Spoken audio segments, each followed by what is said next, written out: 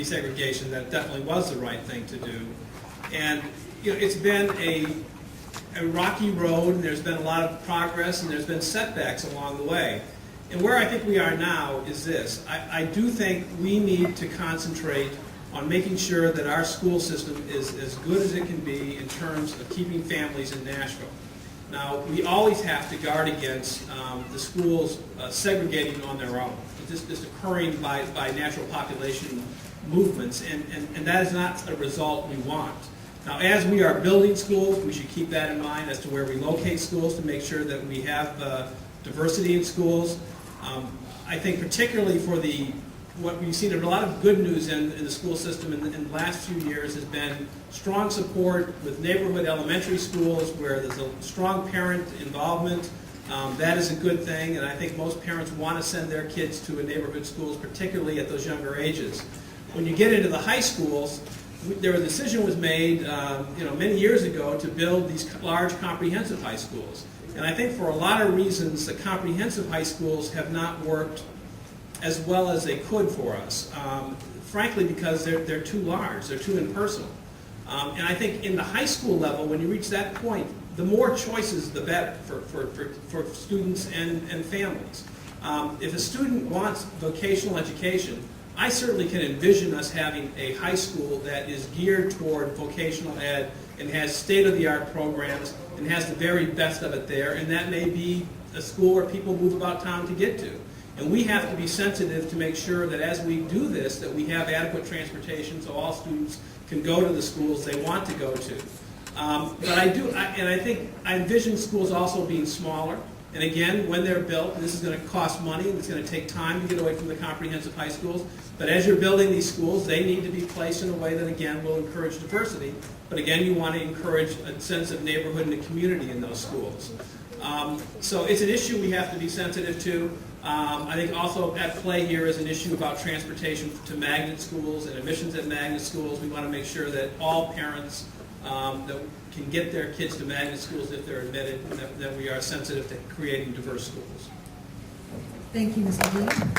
We now go to Reverend Elliott, and your first question will be for Mr. Dean. Thank you, Vicki. Can you hear me without the microphone? Yes. Okay. No, I'll use it, but just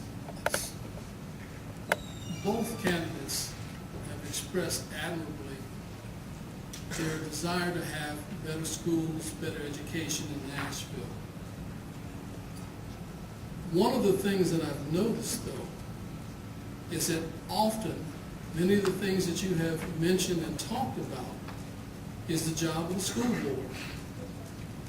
It is not as if you can say, we don't like what you're doing, so I'm going to withhold money from you, because there's a state mandate on what the sales tax can be used for.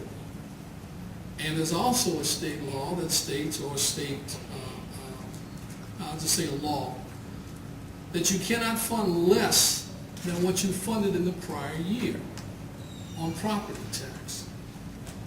So if you're limited in what you can do, and you don't have a financial axe you can hold over Pedro Garcia and the administration in the school district, what can you legally do to get the change in the school system that you would like to have?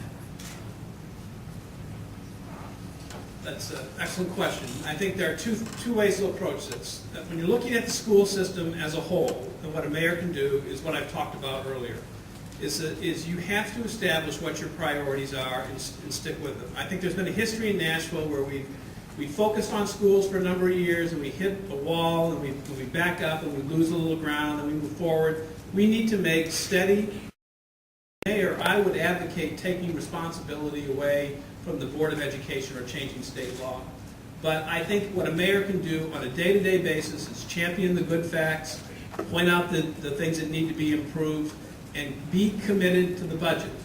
Make that a priority and stick with it. If that means you don't get to add something in the mayor's office, you don't add it, you add it to education. But one area where I think a mayor can be a leader on, and this is where I'm taking a different approach, is on dropouts. As I said in my opening remarks, I think high dropout rates are not just a school system problem or a Board of Education problem, they are a community problem. Because it affects our economy, it affects public safety, and it affects the welfare of our kids. And so what I would do as mayor, and I would do it immediately, is I would find out what's causing high dropout rates and what the experts recommend that we do. And I would be a leader to bring in businesses and nonprofits to mentor with schools, to adopt schools, to hire kids and say, you can hold this job on a condition you stay in school and you attend school. I would encourage schools to look at flexible school hours, to be innovative. If that means that doing things completely different, I'd do it, because the status quo is not our friend when you have 50% of the kids not graduating. And I don't think, and I feel very secure in saying this, I don't think the Board of Education would argue with this. I think they would say, thank you for the help, let's do this as a community. And I don't think the director would either. You know, Nashville is different than a lot of urban areas. Urban systems all over America are facing these high dropout rates. In some cities, it looks like it's an intractable problem that you could never solve. In Nashville, it's a manageable problem. It's a governable problem. But we have to get our arms around it now and solve it. And I think a mayor can play a leadership role in doing that. School board, we all know. We have a director of schools that's appointed by the school board. 1/3 of the metro budget of $1.6 billion goes to educating our kids. What we cannot have in the future is for the mayor. And remember, a mayor, what is a mayor?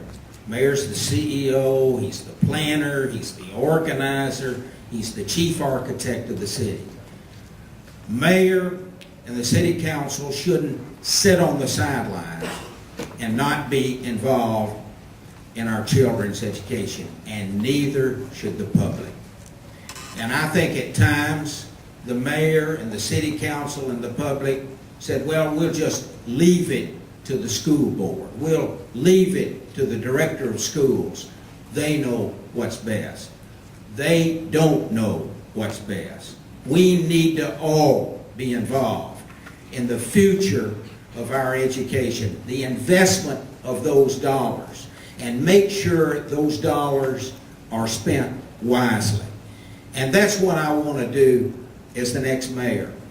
I'm not looking for confrontation. I'm looking for cooperation. I want to be a consensus builder. But I'm not going to sit on the sidelines while our kids are not getting an education.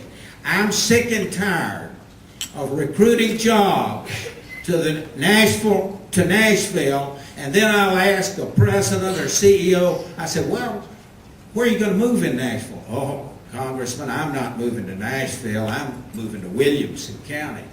I said, well, why is that? Schools, over and over again. And I hear that from too many that say they're not moving to Nashville, they're not going to live in Nashville anymore, I'm going to live somewhere else because of schools. We have to change the perception and image of our schools. So yes, I'll be involved, yes, I'll be engaged, and the mayor and the city council, don't they approve the budget? I don't think the school board does that. We approve the budget, so shouldn't we have a voice? Shouldn't we have some input when it comes to reform and accountability and the direction of our schools in the future? And I think that's what the people of Nashville. Thank you, Mr. Kelly.